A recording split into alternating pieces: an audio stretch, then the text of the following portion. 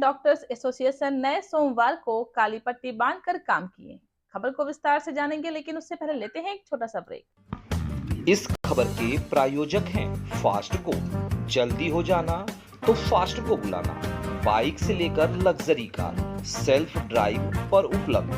Group travel के लिए luxury bus भी उपलब्ध। सबसे सस्ता एक बार सेवा का मौका अवश्य दें। व्हाट्सएप करें 9044-808-808।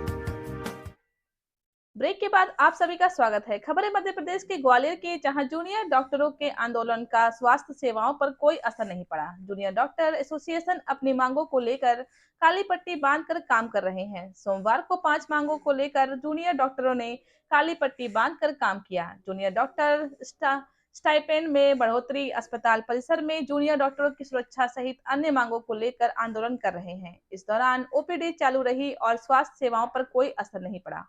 देखिए मध्य प्रदेश से country bureau chief magazine Rajesh Sivhare की रिपोर्ट। अस्पताल जैसी संवेदनशील जगह पर ट्रॉमा सेंटर में, एसएनसीयू में सिक्योरिटी गार्ड विद गनमैन होना चाहिए। सिक्योरिटी गार्ड की संख्या पर्याप्त मात्रा में बढ़ानी चाहिए।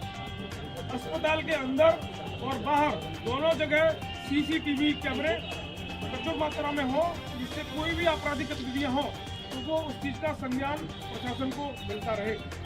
इसके अलावा हमारी गायनी डिपार्टमेंट की भूमि जो अपनी कुछ बातें रखेंगे। आइए।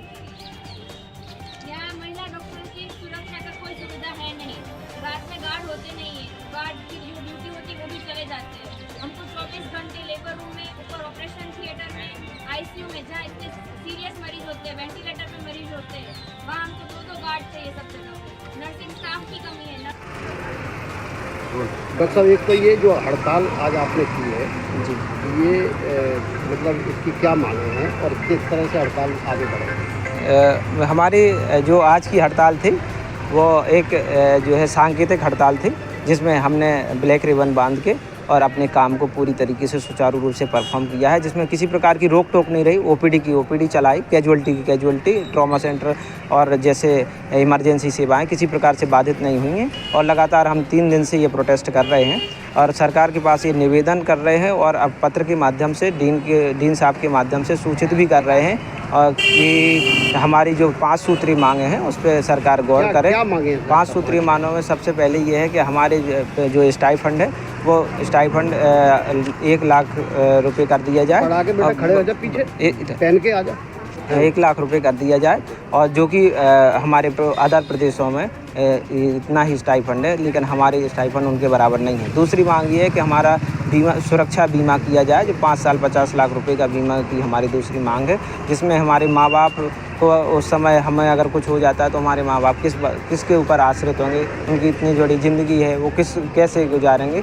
और तीसरी पॉइंट ये है कि दूसरे राज्यों में जो फीस स्ट्रक्चर है वो बहुत कम है, 10 से 15 हज़ार रुपये है, जबकि हमारे मध्य प्रदेश में यही फीस स्ट्रक्चर 1 लाख रुपये होता है, 1,10,000 के आसपास है, जो हमें प्रतिवर्ष देना पड़ता है। हमारी सरकार से निवेदन है, मांग है कि आप हमारी सरकार सुने और हमारे फीस स्ट्रक्चर को कम करें। और इन्हीं मांगों को लेकर के हम सरकार के पास आए हैं कि आप हमारी मांगों पर थोड़ा ध्यान दें। और हम लोगों को अगर ये प्रोटेस्ट आगे बढ़ाना पड़ता है तो वो हमारी एक मजबूरी हो जाएगी कि उसमें हमारे पास और कोई उपाय नहीं है कि हम लगातार सरकार के पास जाने की कोशिश कर रहे हैं, पर सरकार हमारी बातों को नहीं सुन पा रही है। तो अगर ऐसे में कोई भी हमें नेक्स्ट कदम उठाना पड़ता है, या हमें कोई बंद ओपीडी हॉस्पिटल या कोई अपनी इमरजेंसी बंद करनी पड़ती है, उससे जनता को बहुत नुकसान होता है, जो हमारा दिल स्वयं नहीं चाहता।